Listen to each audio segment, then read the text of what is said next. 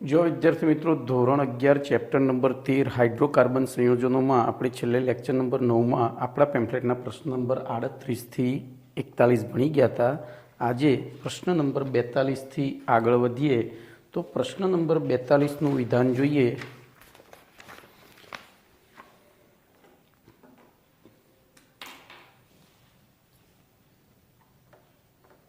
असम्मित आल्किन संयोजनों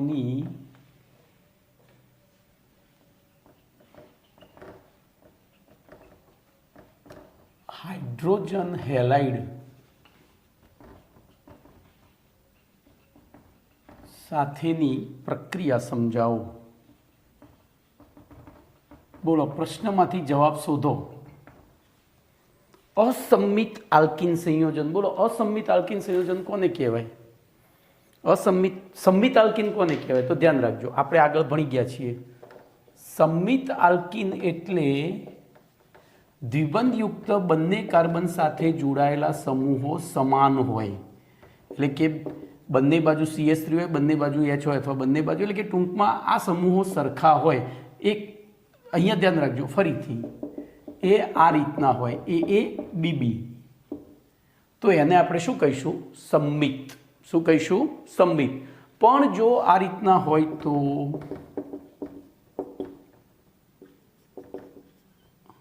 तो द्विबंधयुक्त बंने कार्बन साथे सरखा समूहो नथी। जोजो अहींया CH3 અને H છે, अहींया HH છે, तो आने कहेवाय असम्मित।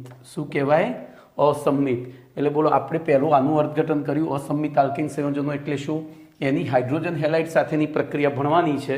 તો હવે આપણે વિચારીને જવાબ લાવીએ। આપણે 12મો પાઠ ભણી ગયા છીએ, વ્યવસ્થિત ભણ્યા છીએ, તો એ 12મા પાઠ પ્રમાણે વિચારીએ। તો જો આ ગણિતનો દાખલો છે, 2 + 4 બરાબર શું થાય? તો કે 6 થાય, બરોબર। એ જ વસ્તુ અહીંયા આવશે। તો CH3 CH double bond CH2, હું આનું ઉદાહરણ લઉં, असम्मित आल्किन, बरोबर। असम्मित અહીંયા લખું છું, ઉપર લખું છું असम्मित आल्किन। बोलो एनी हूँ HX साथे एटले के HX अहींया हूँ HX ज लखीश। बोलो आनी साथे प्रक्रिया करी तो प्रक्रियानी शरूआत क्यांथी थशे? मने एटलुं कहो। तो प्रक्रियानी शरूआत हमेशा आ अकार्बनिक भाग छे, वारे घड़ीए तमने कहूं छुं आ कार्बनिक भाग छे, तो हमेशा प्रक्रियानी शरूआत थाय अकार्बनिक भागथी। बोलो अकार्बनिक भागमां अहींया केवा प्रकारनो बंध छे? तो ध्रुवीय बंध छे, अने ध्रुवीय बंध तूटे तो एनुं केवुं विभाजन थाय? तो के विषम विभाजन थाय। अध्रुवीय बंध होय तो एनुं सम विभाजन थाय, ध्रुवीय बंधनुं विषम विभाजन थाय। बोलो आमां कोनी विद्युत ऋणता वधारे छे?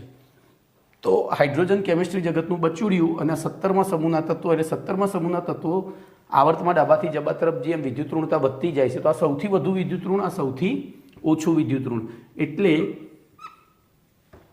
એટલે સૌથી ઓછું નથી ભાઈ, આ વધુ વિદ્યુત ઋણ અને આ ઓછું વિદ્યુત ઋણ। તો બોલો ઇલેક્ટ્રોન યુગ્મ આ બાજુ ગયું, આ ઇલેક્ટ્રોન યુગ્મ હતું એ આ બાજુ ગયું, તો આ બાજુ માઇનસ ડેલ્ટા, અહીંયા પ્લસ ડેલ્ટા થયું।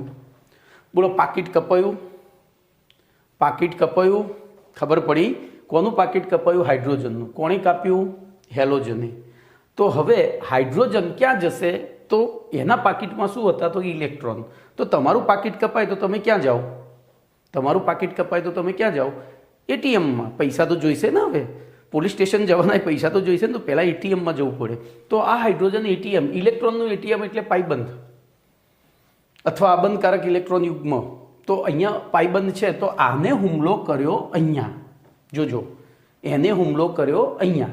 હવે અહીંયા પાઇબંધ છે, એ પાઇબંધ જોજો અહીંયા વિષમ વિભાજન થયું છે, એટલે અહીંયા વિષમ વિભાજન થવું જોઈએ। તો અહીંયા વિષમ વિભાજન છે એટલે અહીંયા પણ વિષમ વિભાજન થાય, પાઇબંધનું વિષમ વિભાજન થાય। ધારો કે આપણે આને પાઇબંધ ગણીએ છીએ, અમે ટપકા કર્યા એને, તો એની બે શક્યતાઓ, એ આ બાજુ પણ જાય, આ બાજુ પણ જાય। કઈ બાજુ? આ બાજુ પણ જાય, આ બાજુ પણ જાય। પણ હવે જશે કઈ બાજુ? તો એના બે કારણો હું તમને સમજાવીશ। જોજો આપણે આને A કહીશું, આને B કહીશું। તો ધ્યાન રાખજો, પહેલું એની સમજૂતી। बोलो ए प्रमाणे जाए तो शू थाय? तो CH3 CH आ इलेक्ट्रॉन युग्म अहींया आव्युं, बोलो अहींया इलेक्ट्रॉन युग्म आव्युं, आ इलेक्ट्रॉन युग्म अहींया आवी गयुं पाइबंधनुं, तो बोलो अहींया माइनस डेल्टा અને પછી અહીંયા પ્લસ ડેલ્ટા પેદા થયો. કમ્પ્લીટ. ધ્યાન રાખજો. હવે ધારો કે બી પ્રમાણે, આ એ પ્રમાણે થયું, હવે બી પ્રમાણે કરીએ તો બી પ્રમાણે થાય ત્યારે શું થાય? તો જોજો, એ વખતે ઇલેક્ટ્રોન યુગ્મ અહીંયા જાય છે, CH3 CH CH3, અરે સોરી CH2 જ, પણ ઇલેક્ટ્રોન યુગ્મ અહીંયા ગયું છે એટલે આ માઇનસ ડેલ્ટા, આ પ્લસ ડેલ્ટા થયું. પણ હવે પ્રશ્ન એ થાય કે આ બેમાંથી કયું થશે? તો એના કારણો હું અહીંયા લખું છું. જોજો, એના કારણો અહીંયા લખું છું. બોલો, અહીંયા આની પૂરક અસરના કારણે, આની પૂરક અસરના કારણે શું થાય? તો ધ્યાન રાખજો, CH3 CH double bond CH2 માં CH3 સમૂહની પૂરક અસર, ઇલેક્ટ્રોન પૂરક અસરના કારણે C ડબલ બોન્ડ C પાઈબંધનું ઇલેક્ટ્રોન યુગ્મ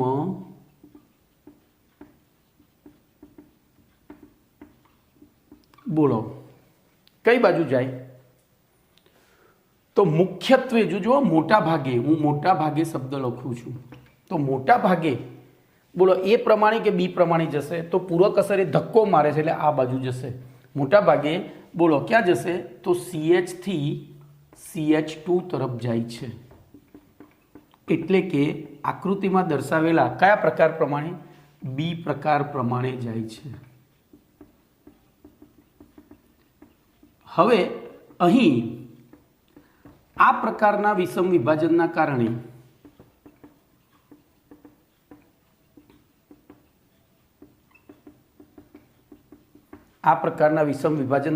શું થાય છે? બોલો, અહીંયા કાર્બોકેટાઇન બન્યું, એનાઇન બન્યું. તો આપણને ખબર છે, ધ્યાન રાખજો, કાર્બોકેટાયનની સ્થિરતાનો ક્રમ અને કાર્બ એનાયનની સ્થિરતાનો ક્રમ, બોલો શું થશે? કયો હતો? કાર્બોકેટાયનની સ્થિરતાનો ક્રમ શું હતો? તો કાર્બોકેટાયનમાં ધ્યાન રાખજો કઈ સ્થિરતા આવે?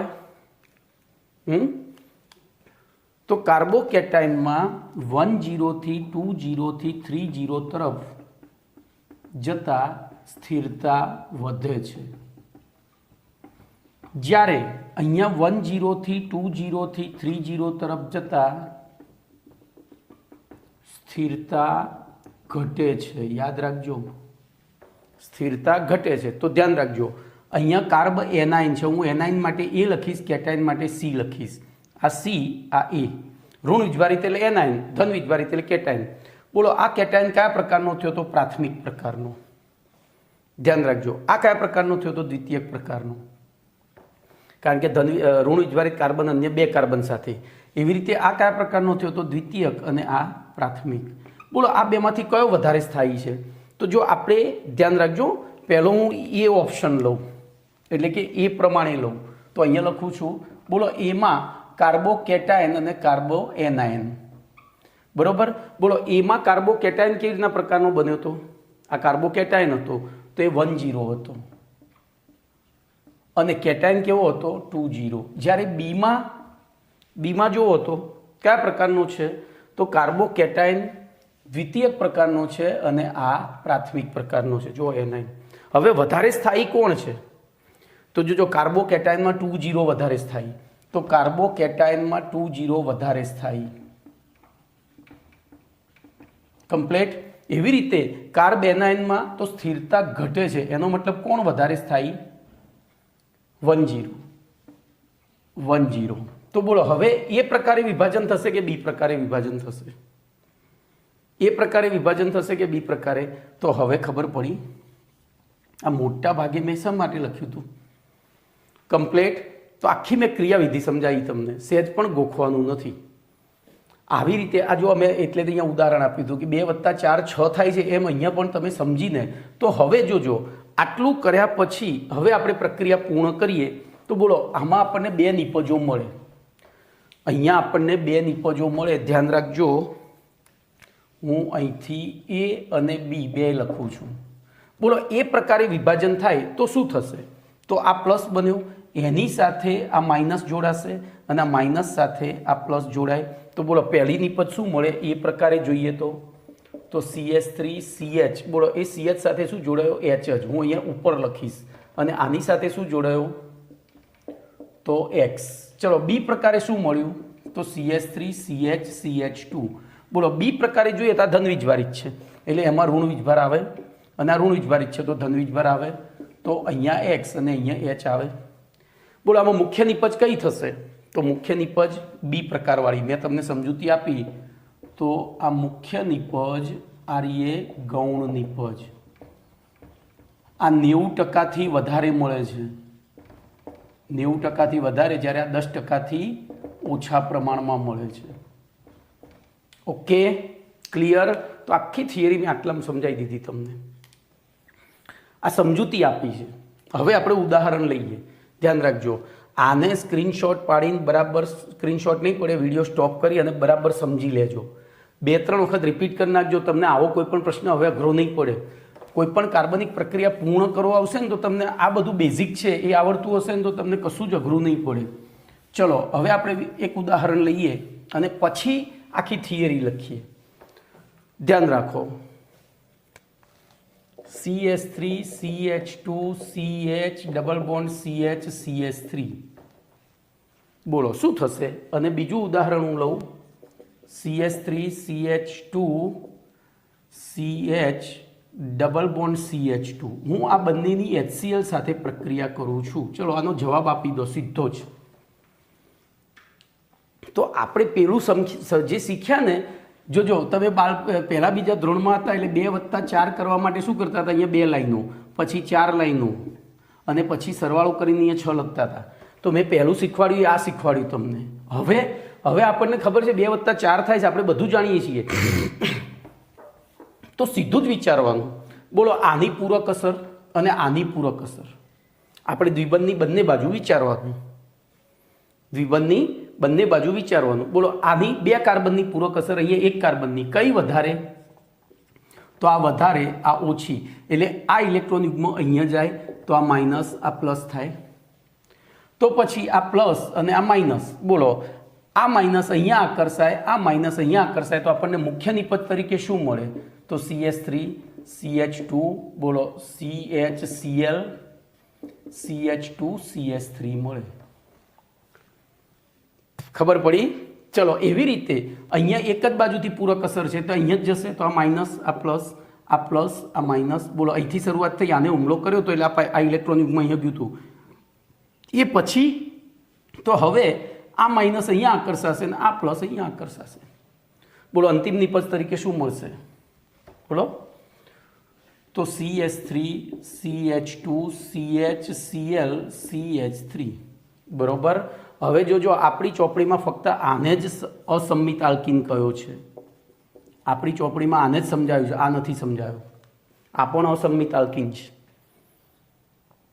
તો ચોપડી પ્રમાણે જઈશું ને તો ચોપડીમાં માર્કોનિકોફે શું નિયમ આપ્યો છે ખબર છે આને માર્કોનિકોફનો નિયમ કહેવાય કે અસંમિત આલ્કીનની અસમ પ્રક્રિયક સાથે યોગશીલ પ્રક્રિયા કરવામાં આવે ત્યારે ધ્યાન રાખજો અસંમિત આલ્કીનની અસમ પ્રક્રિયક અસમ એટલે જેના 2 છે એટલે કે ધ્રુવીય એમ અસમ પ્રક્રિયક સાથે પ્રક્રિયા કરવામાં આવે ત્યારે અસમ પ્રક્રિયકનો વધુ વિદ્યુત ઋણ ભારિત ભાગ ઓછા હાઇડ્રોજન વાળા અથવા તો ધરાવતા કાર્બન સાથે જોડાય છે બોલો તો આપણું અહીંયા એવું થઈ ગયું અસમ પ્રક્રિયકનો વધુ વિદ્યુત ઋણભારિત ભાગ ઓછા હાઇડ્રોજન વાળા અહીંયા એક જ હાઇડ્રોજન હતો અહીંયા 2 હાઇડ્રોજન હતા ફરીથી અસંમિત આલ્કીનની અસમ પ્રક્રિયક સાથે પ્રક્રિયા કરવામાં આવે ત્યારે અસમ પ્રક્રિયકનો વધુ વિદ્યુત ઋણભારિત ભાગ એ ઓછા હાઇડ્રોજન ધરાવતા કાર્બન સાથે જોડાય છે તો જોડાયો ઓછા હાઇડ્રોજન વાળા કાર્બન સાથે પણ અહીંયા જુઓ તો 2 જગ્યાએ એક જ હાઇડ્રોજન છે તો આ પણ અસંમિત આલ્કીન છે એટલે માર્કોનિકોફનો નિયમ છે અધૂરો છે ચોપડીમાં સાચો છે કારણ કે એમને આમને જ અસંમિત ગણ્યા જી નીટમાં પેલો આને અસંમિત ગણશે જી નીટમાં કોને અસંમિત ગણશે આને તો એવી પરિસ્થિતિમાં તમારે પૂરક અસર જો અહીંયા 2 નિપજો મળે CH3 CH2 CH2 CHCl અને CS3 અહીંયા કેટલાકમાં જેમ અહીંયા બે નિપજો મળે કઈ તો આ મુખ્ય નિપજ થઈ અને ગૌણ નિપજ તરીકે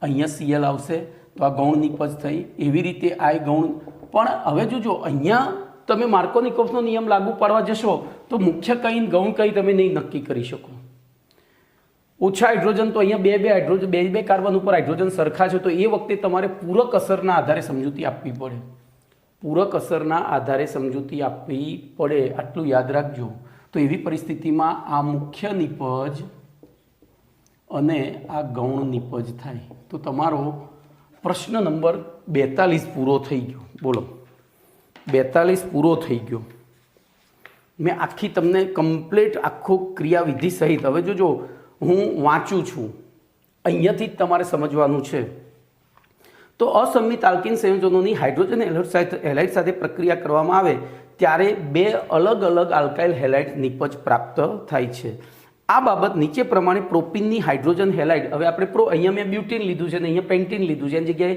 પ્રોપીન મેં પહેલાં લીધું હતું તો પ્રોપીનની હાઇડ્રોજન બ્રોમાઇડ સાથેની પ્રક્રિયાના ઉદાહરણ દ્વારા સમજાવી શકાય મેં HCl લીધો છે એની જગ્યાએ ત્યાં HBr લીધું છે બોલો તો 1869માં રશિયાના વૈજ્ઞાનિક માર્કોનિકોફે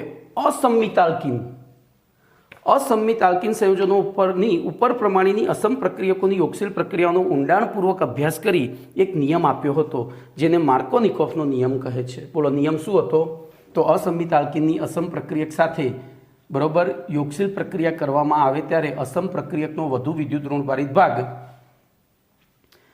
ઓછા હાઇડ્રોજન ધરાવતા કાર્બન સાથે જોડાય છે પછી આપણે ઉદાહરણ આપી દેવાનું પ્રોપીનનું જેમ અહીંયા બ્યુટીનનું લીધું છે બે નિપજો છે તો બ્યુટીનમાં ક્લોરીન ઓછા હાઇડ્રોજનવાળા અને વધુ હાઇડ્રોજનવાળા બંને સાથે જોડાયો આ વધુવાળો એના એક હાઇડ્રોજન હું ઓછો કરી દઉં અહીંયા એક કાર્બન ઓછો કરી દઉં બોલો એટલે મારું પ્રોપીન થઈ ગયું એ અહીંયા હું તગડો કરી દઉં એટલે આ પ્રોપીન થઈ ગયું બોલો કમ્પ્લીટ તો એમાં આપણને બે નિપજો મળે 2 બ્રોમો પ્રોપેન મુખ્ય 2 ક્લોરો છે એની જગ્યાએ 2 બ્રોમો અને 1 ક્લોરો તો આ મુખ્ય નિપજ તરીકે આ ગૌણ નિપજ તરીકે બોલો કમ્પ્લીટ તો આમ માર્કોનિકોફ નિયમ અનુસાર પ્રોપીનની હાઇડ્રોજન બ્રોમાઇડ સાથેની ઉપરોક્ત પ્રક્રિયા દરમિયાન 2 બ્રોમો પ્રોપેન મુખ્ય નિપજ તરીકે જ્યારે 1 બ્રોમો પ્રોપેન ગૌણ નિપજ તરીકે પ્રાપ્ત થાય છે આ બાબતનું કારણ એટલે કે એની ક્રિયાવિધિ નીચે પ્રમાણે સમજાવી શકાય છે તો જોઈએ ક્રિયાવિધિ તો આ પ્રક્રિયાના પ્રથમ તબક્કામાં હાઇડ્રોજન બ્રોમાઇડનું વિષમ વિભાજન થઈ H+ અને Cl- ઉત્પન્ન થાય છે મેં સમજાવ્યું હતું જેમાંથી H+ પાયબંધ ઉપર એનું પાકીટ કપાયું હતું એટલે પાયબંધનું એટલે ઇલેક્ટ્રોનનું એટીએમ પાયબંધ હતો એ પાયબંધ ઉપર એ હુમલો કરે છે બરોબર એટલે કે અસંમિત આલ્કિનના દ્વિબંધ ઉપર હુમલો કરે છે અને નીચે દર્શાવ્યા પ્રમાણે પ્રાથમિક કાર્બોકેટાયન અને દ્વિતીયક કાર્બોકેટાયન મેં ત્યાં સમજાવ્યું હતું અહીંયા ધ્યાન રાખજો ફરીથી સમજાવું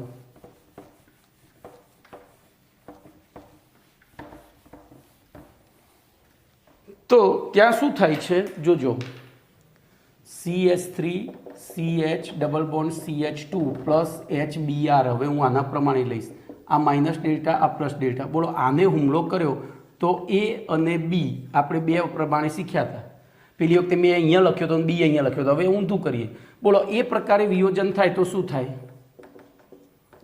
તો ઇલેક્ટ્રોન યુગ્મ આ બાજુ ગયું છે એટલે અહીંયા માઇનસ ડેલ્ટા અહીંયા પ્લસ ડેલ્ટા થયો અને બી પ્રકારે થાય તો CH3 CH2 અને CH3 તો ઇલેક્ટ્રોન સોરી અહીંયા CH છે અહીંયા ઇલેક્ટ્રોન યુગ્મ આવ્યું છે તો આ માઇનસ આ પ્લસ થયું બોલો આ કયા પ્રકારનો ઋણ વીજભારિત તો આ પ્રાથમિક કાર્બ એનાયન કહેવાય આ દ્વિતીયક કાર્બોકેટાયન કહેવાય એવી રીતે આ બોલો પ્રાથમિક કાર્બોકેટાયન કહેવાય જ્યારે આરવે 20 કાર્બ એનાયન કહેવાય હવે આમાંથી વધારે સ્થાયી કોણ હતા તો મેં અહીંયા લિસ્ટ બનાવ્યું હતું એ પ્રમાણે આ વધારે સ્થાયી છે કયા વધારે સ્થાયી છે આરએ 20 કાર્બોકેટાયન અને 10 કાર્બ એનાયન એટલે મુખ્ય નિપજ તરીકે એ કમ્પ્લીટ હવે પ્રાથમિક કાર્બોકેટાયન કરતાં દ્વિતીયક કાર્બોકેટાયનની સ્થિરતા વધુ હોય છે. આથી ઉપરોક્ત પ્રથમ તબક્કામાં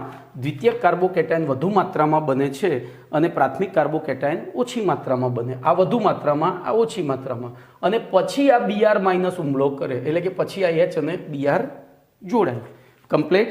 એટલે જોજો અહીંયા આ સીધો પછી અહીંયા જોડાઈ જ જશે, આ તો અહીંયા જોડાઈ જ જશે. એટલે હવે આપણે ધ્યાનમાં લેવાનું છે કાર્બોકેટાયન જ એકલું, અને પછી બીજા તબક્કામાં Br જોડાય છે અને આથી આપણને અંતે મુખ્ય નિપજ તરીકે તો Br અહીંયા જોડાય તો 2 બ્રોમોપ્રોપેન મુખ્ય નિપજ તરીકે, જ્યારે અહીંયા જોડાય તો 1 બ્રોમોપ્રોપેન મુખ્ય નિપજ ગૌણ નિપજ તરીકે પ્રાપ્ત થાય છે. થિયરી પૂરી. ચલો એના પછી પ્રશ્ન નંબર 43.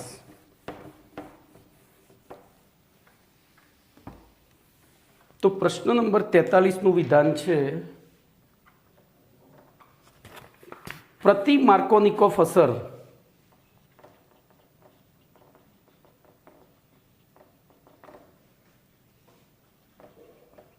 અથવા પેરોક્સાઇડ અસર અથવા ખરાશ અસર અથવા તો ખારશ અસર સમજાવો. જોજો, તો હું એના જ ઉદાહરણ લઈશ, તમારે સમજવાનું છે, ધ્યાન રાખજો. તો CS3, એક જ મિનિટ હો ભાઈ. તો આપણે ઉદાહરણમાં CS3 CH2 double bond CH2 લઈએ. બોલો એની પ્રક્રિયા HBr સાથે જ કરીએ, પણ પ્રારંભિક ઉત્તેજક તરીકે, જોજો પ્રારંભિક ઉત્તેજક તરીકે પેરોક્સાઇડ HOOH અથવા C6H5 OOC6H5, આને હાઇડ્રોજન પેરોક્સાઇડ કહેવાય.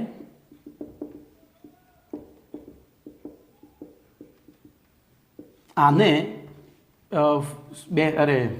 બેન્ઝોઇલ, સોરી હજુ મારી ભૂલ થઈ છે, અહીંયા લખવાની ભૂલ થઈ છે. C6H5 C double bond O C double bond O C6H5, આને કહેવાય બેન્ઝોઇલ પેરોક્સાઇડ. હજુ ત્રીજું એક સંયોજન વપરાય છે એસિટાઇલ પેરોક્સાઇડ.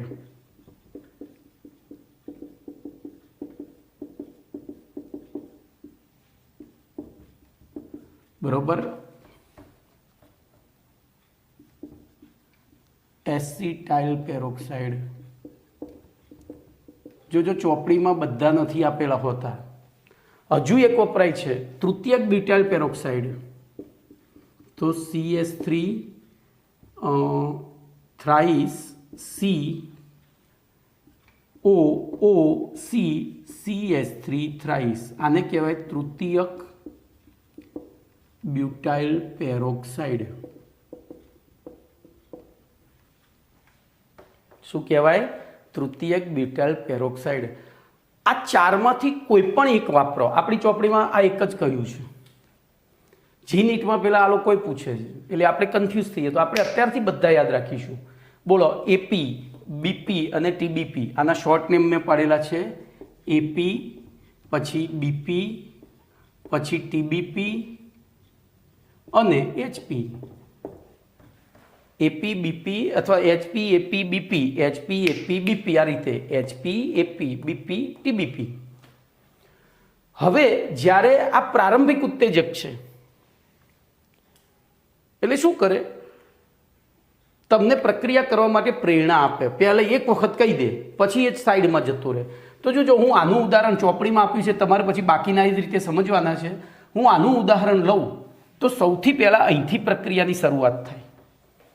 અહીંથી પ્રક્રિયાની શરૂઆત થાય તો C6H5 C double bond O C double bond O C6H5. બરોબર? તો સૌથી પહેલું અહીંથી સમવિભાજન થાય. જો અહીંયા વિષમ વિભાજન થતું તો અહીંયા શું થયું? સમવિભાજન. બોલો શું પેદા થયું? તો બે અણુ C6H5 C double bond O, એટલે કે આને બોલો શું કહેવાય? આનું નામ શું આપીશું? વિચારો તો, શું નામ આપશો આનું?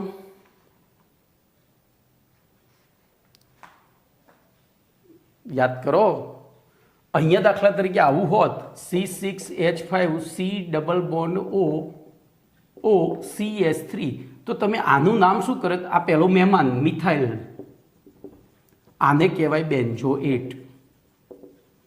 તો જોજો આ આપણું હતું બીપી બેન્ઝોઇલ પેરોક્સાઇડ, એમાંથી શું બન્યું? બેન્ઝોએટ મુક્ત મૂલક બન્યું. શું બન્યો? બેન્ઝોએટ મુક્ત મૂલક. પણ એ કદમાં ખૂબ જ મોટો છે એટલે પોતે સ્વયં વિઘટન પામી C6H5 મુક્ત મૂલક વત્તા CO2, એટલે આપણને 2 C6H5 મુક્ત મૂલકો પ્રાપ્ત થશે. આ થયા ફિનાઇલ મુક્ત મૂલક. બોલો, જે કેવા છે? અસ્થાયી. હવે એ C6H5 મુક્ત મૂલક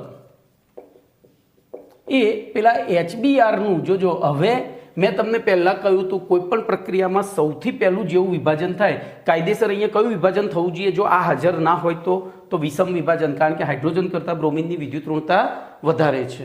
પણ હવે તો પહેલું સમ વિભાજન થયું છે, તો અહીંયા પણ સમ વિભાજન થશે. અને સમ વિભાજન થઈને શું થાય છે?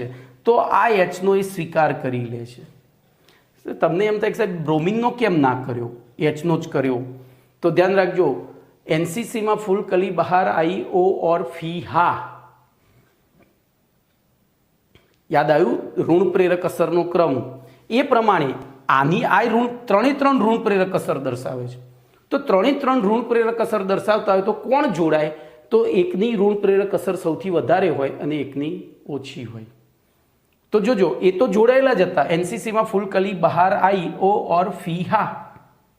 તો જો અહીંયા લખું છું NCC માં ફૂલ કલી બહાર आई ओ और ફી એટલે ફિનાઇલ ચક્ર, હાઇડ્રોજન. તો બ્રોમિન સાથે હાઇડ્રોજન તો જોડાયેલો જ હતો, તો ત્યાંથી છૂટાછેડા લીધા. તો હવે હાઇડ્રોજન પાસે એક જ ચાન્સ છે, કોની સાથે જોડાવાનું? ફિનાઇલ ચક્ર સાથે. જ્યાંથી છૂટાછેડા લીધા હોય ત્યાં ફરી જાન જોડીને જવાય નહીં. તો એના કારણે અહીંયા આ હાઇડ્રોજન આની સાથે જોડાય છે. ભાઈ આ NCC માં ફૂલ કલી બહાર આવી એટલે N એટલે NO2, C એટલે CN, C એટલે COOH, એ રીતે છે. તમે જોજો, જો કે આ જૂની ટ્રીક છે, નવી ટ્રીક કંઈક જુદી છે, એ આ પાઠમાં આગળ આવી ગઈ છે પ્રેરક અસરમાં. બરોબર, એ તમારે યાદ રાખવાની છે. એમોનો ચાન સોચોકો કલ ચુહાકો એ રીએ છે ને, એ રીએ.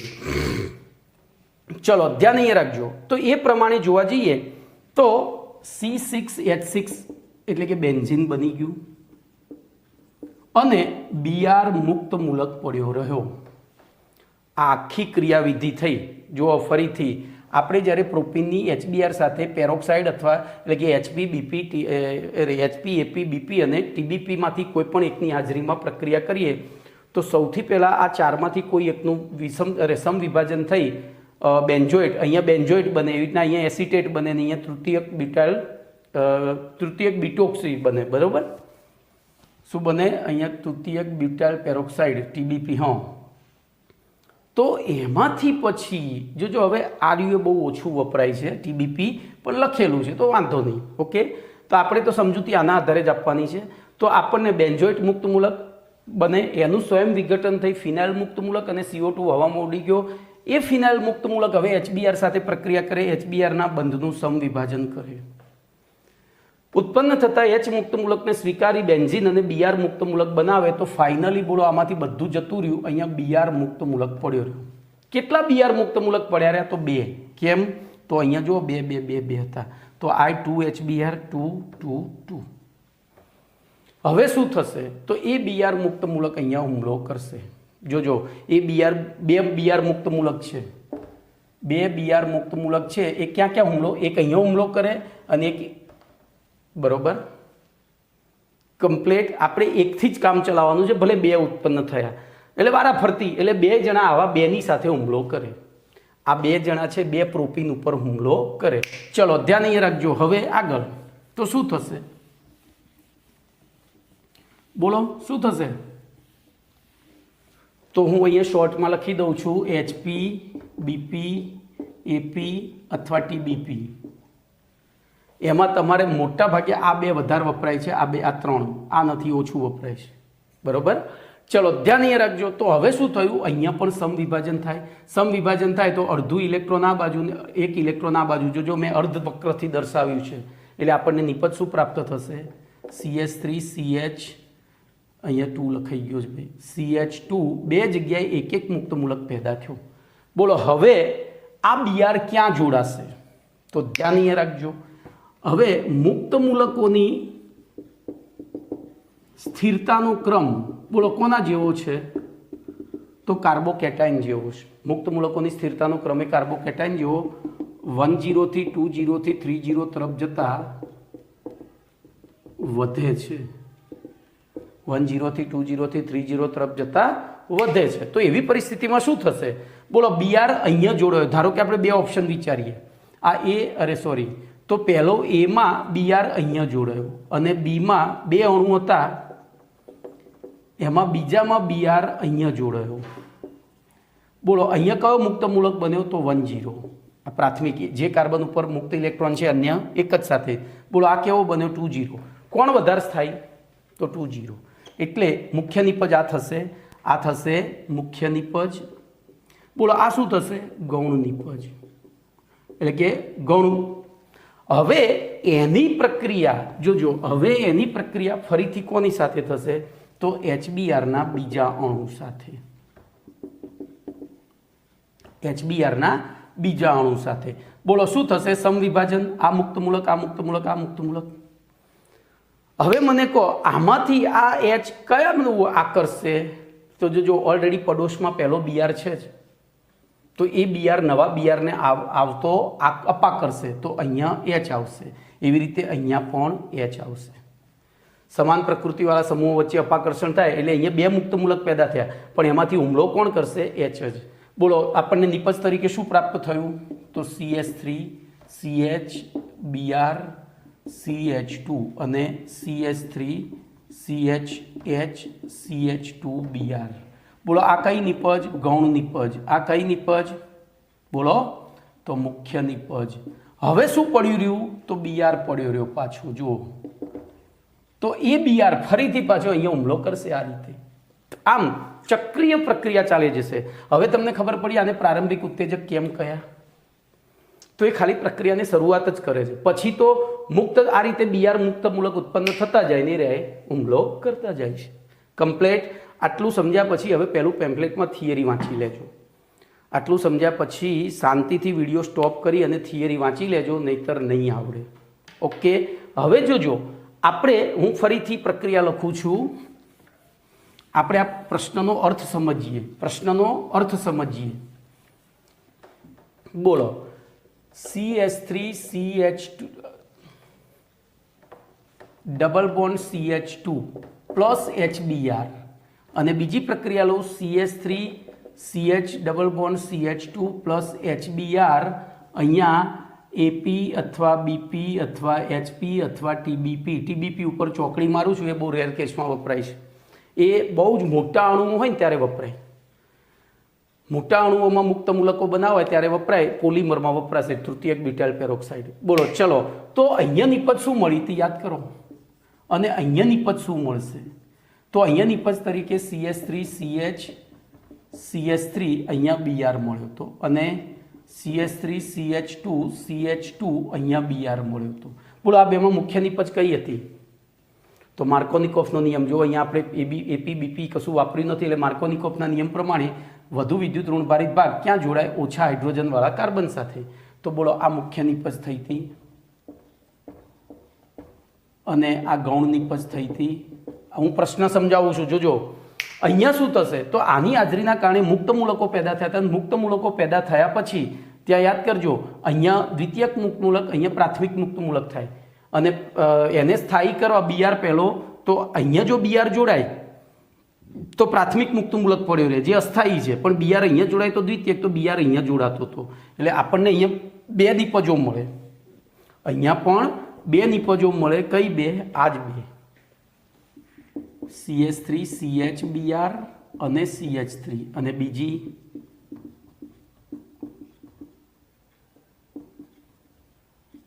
બોલો તો આમાં મુખ્ય નિપજ કઈ? પેલામાં બીઆર અહીંયા જોડાતો તો આમાં બીઆર અહીંયા જોડાય વધુ કાર્બન સાથે, તો આ થઈ ગૌણ નિપજ, આ થઈ મુખ્ય નિપજ. જો ઊંધું થઈ ગયું એટલે આને પ્રતિ માર્કોનિકોફ નિયમ કયો છે. અથવા પેરોક્સાઇડની હાજરીમાં જો બધા પેરોક્સાઇડ છે તો પેરોક્સાઇડની હાજરીમાં જ આ પ્રક્રિયા થાય છે એટલે એને પેરોક્સાઇડ અસર પણ કહે છે. અને આ અસરની સમજૂતી MS ખારસા અને FR મેયો નામના વૈજ્ઞાનિકોએ આપી હતી, એટલે એને ખરાશ અસર પણ કહે છે. શું કહે છે? ખરાશ અસર પણ કહે છે. તો જોજો, હવે મારે કશું જ બોલવું નથી, તમે ઘણું બધું સમજી શક્યા છો. પેમ્ફલેટમાં વાંચશો એટલે બધું આવડી જશે. Okay, clear? કારણ કે પ્રશ્ન બહુ લાંબો છે. ચલો પૂરું કરીએ, 1 મિનિટ જોઈ લઈએ, સમય કેટલો છે એ પ્રમાણે વધીએ આગળ. ચલો પૂરું કરીએ. તો ધ્યાન રાખજો, પ્રતિ માર્કોનિકોફ અસર અથવા પેરોક્સાઇડ અસર અથવા ખરાશ અસર. તો અસંમિત આલ્કીનની HBr સાથે પેરોક્સાઇડ પ્રારંભિક ઉત્તેજક તરીકે હાઇડ્રોજન પેરોક્સાઇડ અથવા બ્યુટાઇલ પેરોક્સાઇડ અથવા એસિટાઇલ પેરોક્સાઇડ, બરોબર, બેન્ઝોઇલ પેરોક્સાઇડ અથવા એસિટાઇલ પેરોક્સાઇડની હાજરીમાં પ્રક્રિયા કરવામાં આવે તો ભાઈ હવે બધું હું જો બોલ્યો છું એ જ બધું એના એ છે. તમે વાંચજો, ખોટો સમય બગાડવો નથી. તમે વાંચશો, આટલું સમજ્યા પછી થિયરી વાંચશો ને તો હું કહું છું રજે રજ આવડી જશે. રજે રજ આવડી જશે, ખાલી શબ્દોને સમજજો, બરોબર? ઓકે, ચલો એના પછી S25 નામનો પ્રશ્ન છે. બોલો, અસંમિત આલ્કીનની સંયોજનની પેરોક્સાઇડની હાજરીમાં HBr સાથેની પ્રક્રિયા કયા પ્રકારની પ્રક્રિયા છે? બોલો, અહીંયા શું બન્યું હતું? મુક્ત મૂલકો. અહીંયા શું બન્યું હતું? અહીંયા હુમલો કોને કર્યો હતો? યાદ કરો. તો આ અહીંયા ગયો તો, આ માઇનસ, આ પ્લસ, એટલે આ થઈ કેન્દ્રાનુરાગી, ઇલેક્ટ્રોન અનુરાગી યોગશીલ. કઈ થઈ? કારણ કે હુમલો કોણે કર્યો તો? H+A. તો આ થઈ, કેમ કે લખાઈ દે છે, ઇલેક્ટ્રોન અનુરાગી યોગશીલ પ્રક્રિયા. જ્યારે આ કઈ થઈ? તો મુક્ત મૂલકીય યોગશીલ પ્રક્રિયા. બોલો, કમ્પ્લીટ. આ થઈ ઇલેક્ટ્રોન અનુરાગી, કારણ કે હુમલો કર્યો તો H+A. આમાં હુમલો કોણે કર્યો તો? Br મુક્ત મૂલકે, એટલે આ થઈ મુક્ત મૂલકીય યોગશીલ પ્રક્રિયા. ચલો એના પછી અસંમિત આલ્કીન માત્ર HBr સાથે. હવે જોજો, અહીંયા તમે HBr, HCl, HI ગમે તે લેશો ને તો આ રીતની નિપજો મળશે. પણ જો તમે અહીંયા HBr સિવાયના લેશો ને તો આ જ નિપજો મળશે. તો આવું કેમ? એટલે કે પ્રતિ માર્કોનિકોફ અસર અથવા તો પેરોક્સાઇડ અસર અથવા તો ખરાશ અસર એ માત્ર HBr સાથે જ જોવા મળે છે. HCl, HI કે HF સાથે. HF તો કરવાનું નથી, તો HCl અને HI સાથે જોવા મળતી નથી. બોલો, એનું કારણ શું? તો એનું કારણ ધ્યાન રાખજો, એકદમ સહેલું છે, ત્રીજા પાઠ ઉપર આધારિત છે. બોલો, HCl, HBr અને HI. બોલો, આની વિદ્યુત ઋણતા સૌથી વધુ, આ મધ્યમ અને આ સૌથી ઓછી. હું કોની વિદ્યુત ઋણતાની વાત કરું છું ભાઈ? ClBrI ની. એટલે બોલો, આ બંધ એક તો ટૂંકો, બરોબર, આ મધ્યમ લંબાઈ અને આ લાંબો.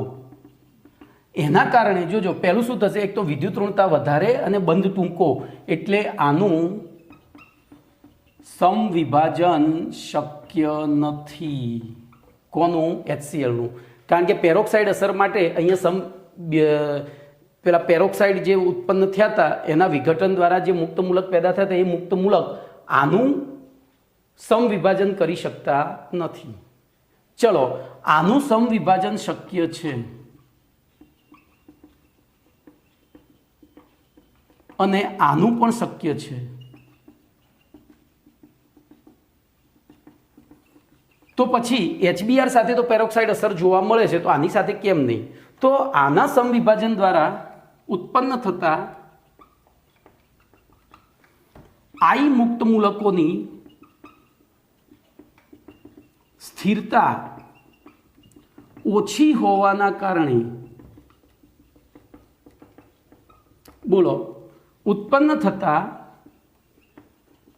બે I મુક્ત મૂલક એકબીજા સાથે જોડાઈ ને I2 બનાવી દે છે. બરોબર I2 બનાવી દે છે। એટલે હવે શું થશે, જો અહીંથી જી નીટ શરૂ થાય, આ શક્ય નથી, આ શક્ય છે, અને આમાં તો અહીંયા ધ્યાન રાખજો, હવે ધ્યાન રાખજો, અહીંયા જી નીટ છે,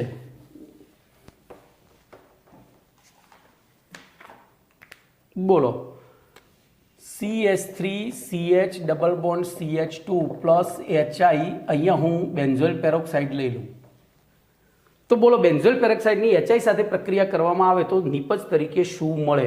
તો ધ્યાન રાખજો, બેન્ઝોઇલ પેરોક્સાઇડ એટલે PHC double bond O C double bond O PH થયું, બોલો અહીંયા સમવિભાજન થઈ 2 PHC ડબલ બોન્ડ O બન્યા મુક્ત મૂલક, એનું સ્વયં વિખંડન થઈ PH મુક્ત મૂલક અને CO2 બની ગયા 2।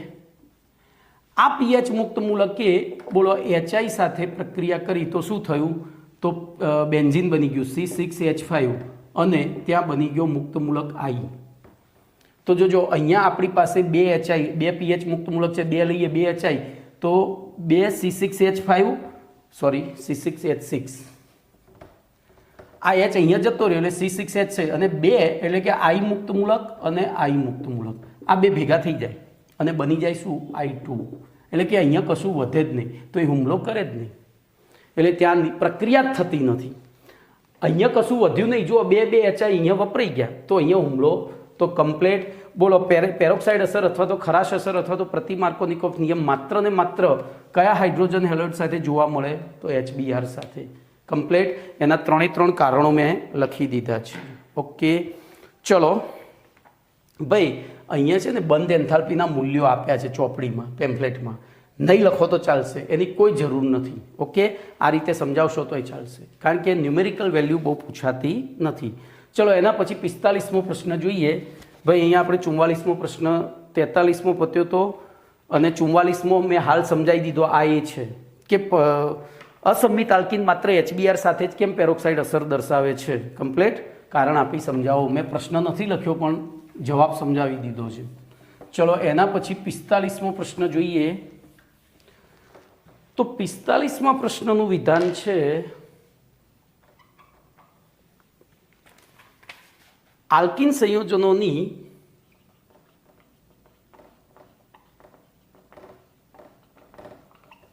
સંયોજનોની બોલો સલ્ફ્યુરિક એસિડ સાથેની પ્રક્રિયા સમજાવો, સલ્ફ્યુરિક એસિડ સાથેની પ્રક્રિયા સમજાવો।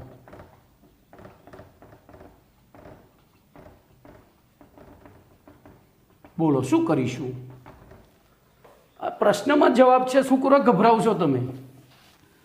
પ્રશ્નમાં જવાબ છે 11મા ધોરણનો, આ બેઝિક ક્લિયર કરી નાખો, 12મામાં તમને બધું જ આવડી જશે। બોલો હું આલ્કીન લઈ લઉં, કોઈ પણ એક આલ્કીન લઈ લઉં, અહીંયા સંમિત અસંમિતનો કોઈ ફરક પડતો નથી, તો હું 2 લઈશ, એક સંમિત ને એક અસંમિત। બોલો સંમિત તરીકે CH2 લઉં અને અસંમિત તરીકે બોલો એની H2SO4 સાથે પ્રક્રિયા કરું। ધ્યાન રાખજો, હું આખી પ્રક્રિયા તમને સમજાવવા માંગુ છું એટલે આ રીતે લખીશ, એનું બંધારણ જ દોરીશ, લુઈસ બંધારણ। બોલો આમાં કયો બંધ સક્રિય, જોજો આ કયો ભાગ કાર્બનિક, આ કયો ભાગ કાર્બનિક, આ કયો અકાર્બનિક, બરોબર। અને આપણને ખબર છે પ્રક્રિયાની શરૂઆત ક્યાંથી થાય? અકાર્બનિક ભાગથી, તો બોલો અહીંથી પ્રક્રિયા શરૂ થશે। હવે આમાં કયો બંધ સૌથી વધુ સક્રિય છે? બોલો કેરીના ઢગલામાંથી કઈ કેરી ઝડપથી ખાઈ શકાય? તો જે 12 હોય, અને એમાં અહીંયા જો ખેંચમતાણી ચાલુ છે તો અહીંથી વિષમ વિભાજન થયું, આ માઇનસ ડેલ્ટા આ પ્લસ ડેલ્ટા થયું। બોલો આને અહીંયા હુમલો કર્યો, અહીંયા હુમલો કર્યો એટલે બે બાજુ ગમે તે બાજુ જાય, સંમિત છે એટલે કોઈ ફરક પડતો નથી, સંમિત છે એટલે કોઈ ફરક પડતો નથી। બોલો નિપજ તરીકે ધારો કે હું એ પ્રકારે લઈ લઉં, એ આ માઇનસ અને આ પ્લસ થયું, એ પ્રકારે લઉં। ચલો ને 2 નિપજો લઈએ, એ અને બી બંને, આપણે 2 વિચારીએ। ચલો બોલો એ પ્રકાર લઈએ, બી પ્રકાર લઈએ, તો એમાં ઇલેક્ટ્રોન યુગ્મ અહીંયા ગયું હતું એટલે H+ ત્યાં આવશે, તો શું બનશે? CH3CH2O SO3H બને। આ CH2 સાથે સીધો O જોડાયો અને મેં ભેગું લખી નાખ્યું SO3H।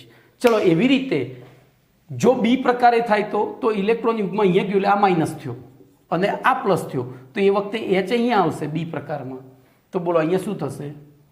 H ક્યાં આવશે? આ બાજુ. તો અહીંયા CH3, આ બાજુ CH2, પછી O અને અહીંયા SO3 HSO3. કમ્પ્લેટ. તો બોલો એક જ નિપજ થઈ બંને. આ ઇથાઇલ હાઇડ્રોજન સલ્ફાઇડ કહેવાય, આ ઇથાઇલ હાઇડ્રોજન સલ્ફેટ કહેવાય. કમ્પ્લેટ. બંને ઇથાઇલ હાઇડ્રોજન સલ્ફેટ જ કહેવાય, કારણ કે સંમિત હતો એટલે એક જ નિપજ મળે. ચલો અહીંયા વિચારીએ તો આમાં બોલો A અને B, બોલો મુખ્ય કયું થશે? તો આની પૂરક અસરના કારણે આ મુખ્ય થાય, આ ગૌણ થાય. એટલે કે 100માંથી 90%થી વધારે કેસમાં આ થાય, 10% કે તેથી ઓછા કેસમાં. તો આપણે બે બાજુ વિચારીએ. બોલો A પ્રકારે, B પ્રકારે. બોલો A પ્રકારે થાય ત્યારે હું હવે ઉપર A લખીશ, નીચે B. આ A નું વિયોજન. તો A પ્રકારે થાય તો આ માઇનસ આ પ્લસ થયું. A પ્રકારે થાય, અહીંયા હું અહીંયા બાજુમાં લખી દઉં. ચલો, તો A પ્રકારે થાય તો ઇલેક્ટ્રોન યુગમાં અહીંયા ગયો, માઇનસ આ પ્લસ. તો અહીંથી તો આપણને ખબર જ હતી. બોલો આ ક્યાં જોડાશે? અહીંયા. અને પેલો જોડાશે અહીંયા. તો બોલો પહેલી નિપજ શું મળશે A પ્રકારે? તો CH3 CHO SO3H અને CH3 બનશે. કમ્પ્લેટ. એવી રીતે બીજામાં શું થશે? તો B પ્રકારમાં બોલો આમ ઇલેક્ટ્રોન આમ આવ્યા એટલે આ માઇનસ આ પ્લસ થયો, તો આ પ્લસ અહીંયા જોડાશે. તો એ વખતે CH3 CHH અને CH2 સાથે OSO3H જોડાશે. તો બોલો આનું નામ શું કહેવાય? આનું નામ શું આપીશું આપણે? તો પ્રોપાઇલ હાઇડ્રોજન સલ્ફેટ. પણ આગળની એની જગ્યાએ ત્યાં 2 પ્રોપાઇલ, જોજો અહીંયા લખવું પડે પ્રોપાઇલ હાઇડ્રોજન સલ્ફેટ, પણ અહીંયા લખવો પડે આઈસો. અને અહીંયા ખાલી નોર્મલ એમ પ્રોપાઇલ, અહીંયા આગળ એન લખવો પડે હાઇડ્રોજન સલ્ફાઇડ સલ્ફેટ, સોરી. બોલો આ મુખ્ય નિપજ, આ ગૌણ નિપજ. આમાં તો બે એક જ છે એટલે મુખ્ય ગૌણ આવે જ નહીં. બોલો કમ્પ્લીટ. હાઇડ્રોજન સલ્ફ્યુરિક એસિડ સાથેની પ્રક્રિયા મગજમાં ઉતરી ગઈ. પ્રશ્નમાંથી જવાબ શોધતા શીખો, કશું જ અઘરું નથી. ઓકે, ચલો એક પ્રશ્ન નાનો છે એ લઈ લઉં છું. લોખંડ ગરમ છે એટલે હથોડો મારી દઉં છું. હવે હું કશું બોલવાનું નથી, તમે વિચારો. બોલો પ્રશ્ન નંબર 46. આલ્કિન સંયોજનોની પાણી સાથેની પ્રક્રિયા સમજાવો. બોલો. તો ધ્યાન રાખજો, હું બે આલ્કિન લઈ લઉં છું, એક સંમિત અને એક અસંમિત. એટલે આપણે બેના જ ઉદાહરણ લેવાના રહ્યા. બોલો એની હું પાણી સાથે, એટલે હું અલગથી દર્શાવીશ આ રીતે, તમને સમજવા માટે રાતે દર્શાવો. હવે જોજો, આ અધ્રુવીય, આ અધ્રુવીય, આ ધ્રુવીય ધ્રુવીય. પણ પાણીની ધ્રુવીયતા ખૂબ જ ઓછી છે, કારણ કે એમાં H+ અને OH- આયનોની સાંદ્રતા 10⁻⁷ છે. તો આપણે પહેલી તો આ સાંદ્રતા વધારવી પડશે. બોલો એ સાંદ્રતા વધારવા માટે શું કરીશું? તો અહીંયા એસિડ ઉમેરીશું, H+, એટલે કે H+ ની હાજરીમાં પ્રક્રિયા કરીશું. બોલો આ H+ એ અહીંયા વિષમ વિભાજન કરશે. બોલો હવે આગળ પૂરું કરી દો હેડો. તો અહીંયા ગમે તે બાજુ વિભાજન થાય એક સરખું જ છે, જોઈ લો, બંને એ પ્રકારના જ છે, કારણ કે બે બાજુ CH2 છે. તો આપણે આ પ્રકારનું લઈએ તો બોલો અહીંયા માઇનસ, અહીંયા પ્લસ થયો. ચલો એક કામ કરો, હું આ એક જ પ્રકારનું લઈશ. તો આ માઇનસ, આ પ્લસ થયો. તો બોલો આ પ્લસ અહીંયા આકર્ષાશે, આ અહીંયા આકર્ષાશે. શું નિપજ મળી? આમાં તો એક જ નિપજ મળે. બોલો આમાં શું થશે? તો આમાં બે શક્યતાઓ. પહેલી બોલો A અને બીજી B. એ પ્રકારે થાય તો આ માઇનસ, આ પ્લસ. B પ્રકારે થાય તો આ માઇનસ, આ પ્લસ. તો આપણને બે નિપજો મળે અહીંયા. બોલો કઈ બે? આમ ગયો તો આ અહીંયા આકર્ષાશે, અહીંયા સોરી, અને આ અહીંયા આકર્ષાય. તો એવી પરિસ્થિતિમાં CH3CH, બોલો એની સાથે શું આકર્ષાયું? H, અને પછી CH2OH. કમ્પ્લીટ. બોલો અહીંયા થાય તો આ અહીંયા આકર્ષાશે ને આ અહીંયા આકર્ષાશે. તો બીજી નિપજ તો આ ગૌણ નિપજ, આ મુખ્ય નિપજ. કેમ? તો અહીંયા માર્કોનિકોફના નિયમનું પાલન થાય છે. ઓછા હાઇડ્રોજનવાળા કાર્બન સાથે વધુ વિદ્યુત ઋણ સમૂહ જોડાય છે. બોલો કમ્પ્લીટ. તો 46માં સુધીનો પ્રશ્ન પૂરો થયો. હવે ધ્યાન રાખજો, અહીંયા એક નાનો એસક્યુ છે. આલ્કિન સંયોજનોની પાણી સાથેની પ્રક્રિયા દ્વારા કયા પ્રકારના આલ્કોહોલ બનાવી શકાતા નથી? બોલો કયા પ્રકારના આલ્કોહોલ બનાવી શકાતા નથી? તો જોજો અહીંયા પાણી છે. પાણી છે એટલે અધ્રુવીય પ્રક્રિયા, અસમ પ્રક્રિયક થયો ને અસમ પ્રક્રિયકમાં હંમેશા વધુ વિદ્યુત ઋણ ભાગ ઓછા હાઇડ્રોજનવાળા કાર્બન સાથે જોડાય તો છેડે જોડાવાના ચાન્સીસ બહુ ઓછા. એટલે કે ઇથેનોલ સિવાયનો ઇથેનોલ એકમાત્ર એવો છે, તો ઇથેનોલ સિવાયનો પ્રાથમિક પ્રકારના આલ્કોહોલ ના બનાવી શકાય. પછી દ્વિતીયક અને તૃતીયક બનાવી શકાય. તો આ પ્રક્રિયા દ્વારા પ્રાથમિક પ્રકારના ઇથેનોલ સિવાયના પ્રાથમિક બરોબર બનાવી, એકમાત્ર પ્રાથમિકમાં કયો બનાવી શકાય? ઇથેનોલ જ. એ સિવાયના કોઈ પ્રાથમિક આલ્કોહોલ બાકી દ્વિતીયક તૃતીયક બનાવી શકાય. તો અહીંયા તમારા S26 સુધી પૂરું થયું. બીજું નેક્સ્ટ લેક્ચરમાં.